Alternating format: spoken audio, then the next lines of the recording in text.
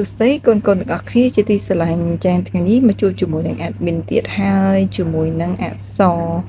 ថ្មីនៃមេរៀនរបស់យើងដែលកាលពីវគ្គមុនយើងបានសិក្សារួចមកហើយនៅអក្សរ I នេះណាកូនៗចា៎តើកូនៗទាំងអស់គ្នាមានចាំអត់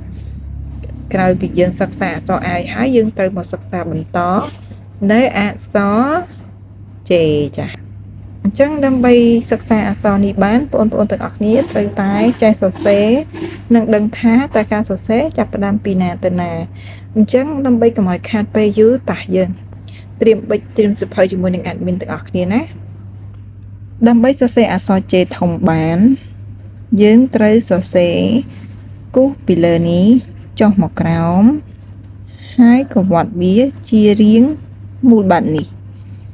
ចានេះគឺអក្សរធំ J ធំណាអញ្ចឹងម្ដងទៀតដើម្បីសរសេរអក្សរ J ធំបានយើងត្រូវគូសពីលើចុះមកក្រោមមកដល់ត្រឹមនេះណាកូនត្រូវវត្តវាជារង្វង់ដូចឆ័ត្រចឹងដូចដៃឆ័ត្រណាកូនអាចឃើញដៃឆ័ត្រអញ្ចឹងអត់មានពិបាកទេហើយបើកូនធ្វើបានហើយកូនត្រូវសរសេរឲ្យបានច្រើនបន្តិចមកណា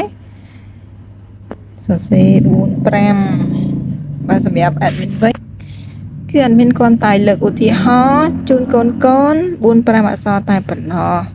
ចំណែកឯកូនត្រូវប្រឹងព្យាយាមសរសេរឲ្យបានច្រើនតាមដែលកូនអាចធ្វើទៅបានណាអញ្ចឹងអក្សរ J ធំគឺមានទម្រង់បែបនេះអញ្ចឹងកូនអាចធ្វើការសិក្សាស្វែងយល់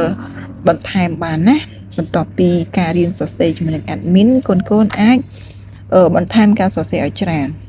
ព្រោះដូច admin បញ្ជាក់ទៀតអញ្ចឹងការសរសេរច្រើនគឺមានតែផលល្អសម្រាប់កូនចាអញ្ចឹងបន្ទាប់ពីយើងរៀនសរសេរអក្សរ J ធំហើយកូនត្រូវរៀនអំពីអក្សរ J តូចអញ្ចឹង J តូចក៏អត់មានអីខុសពី J ធំដែរវាដូចគ្នាគ្រាន់តែថាខុសគ្នាត្រង់មានបញ្ចុចមួយតែប៉ុណ្ណោះឃើញទេដូចគ្នាអត់គ្រាន់តែថាមានចុចមួយតែប៉ុណ្ណឹងទេអញ្ចឹងយើងក៏បានសរសេរនេះទុកពីកន្លះខាងលើនេះបើសិនជាយើងសរសេរតូចបងប្អូនលៃតាមហ្នឹងណាហើយក៏ចុចត្រង់នេះមួយគឺដូចគ្នាគ្រាន់តែមានចុចហើយការសរសេរក៏តម្រង់វាមិនខុសគ្នាប៉ុន្មានដែរគឺអាចវត្តតាមបងប្អូនលៃលោកថាសរសេរទៅស្អាតជាង admin ទៅបានហើយកុំឲ្យសរសេរអាក្រក់ជាង admin ហើយក៏ព្យាយាមអភិវឌ្ឍខ្លួនឯងណាបងប្អូនឲ្យអក្សរឲ្យស្អាតអញ្ចឹងការសរសេរគឺអត់មានពិបាកទេគឺសរសេរប៉ុណ្ណឹងឯងអញ្ចឹងការសរសេរចឹងអត់មានបញ្ជាក់ម្ដងទៀតណាបងប្អូននេះគឺអក្សរ J ធំចំណែកខាងក្រោមនេះគឺ J តូចអញ្ចឹងការសរសេរទី1គឺយើងគូសបន្ទាត់ពីលើចុះមកក្រោមហើយខាងក្រោមនេះគឺវត្តដូចជាឆ័ត្រអញ្ចឹងលេខ2ដងឆ័ត្រណាកូនអាចឃើញអត់វារាងកោងបែបនេះណាអញ្ចឹងអត់មានបញ្ជាក់ម្ដងទៀតគូសពីលើចុះមកក្រោមបែបនេះហើយគូសវាកោងបែបនេះគឺអក្សរ J ធំអញ្ចឹងម្ដងទៀតណាខ្លាចកូនតាមមិនតាន់ទី1កូនត្រូវគូសពីលើចុះមកក្រោមបែបនេះហើយគូសវាកោងបែបនេះជាតម្រង់បែបនេះគឺហៅថា J ធំចំណែកឯ J តូចវិញគឺកូនគូសដូចគ្នាអញ្ចឹងពីលើចុះមកក្រោមហើយក៏កាច់ដូចជាដងឆ័ត្រដូចគ្នាហើយក៏មានបញ្ចុចមួយអញ្ចឹងទី1នេះទី2ហើយបញ្ចុចនេះគឺទី3ចុងក្រោយគេណាកូនណាអញ្ចឹងម្ដងទៀតណាគឺត្រូវគូសពីលើចុះមកក្រោមហើយកាច់វាបែបនេះជាតម្រង់បែបនេះហើយថែមចុចមួយគឺហៅថាអក្សរ J តូចអញ្ចឹងតម្រង់នៃការខុសគ្នាគឺខុសគ្នាទាំងបញ្ចុចប៉ុណ្្នឹងឯងចំណែកការសរសេរក៏ដូចគ្នាដែរ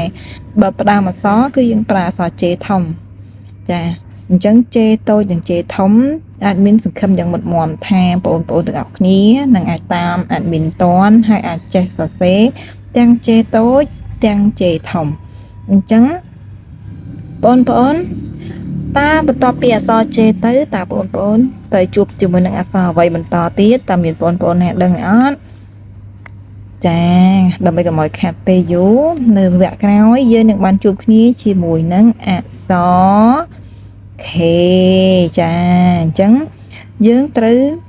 រៀនសរសេរអក្សរ J នេះទាំង J តូចទាំង J ធំឲ្យថ្នាក់ដៃណាកុំភ្លេចណាអក្សរ J ធំមួយសន្លឹក J តូចមួយសន្លឹកអញ្ចឹងនឹងជួប admin នៅវគ្គក្រោយបន្តទៀតជាមួយនឹងអក្សរ K អរគុណច្រើនជម្រាបលា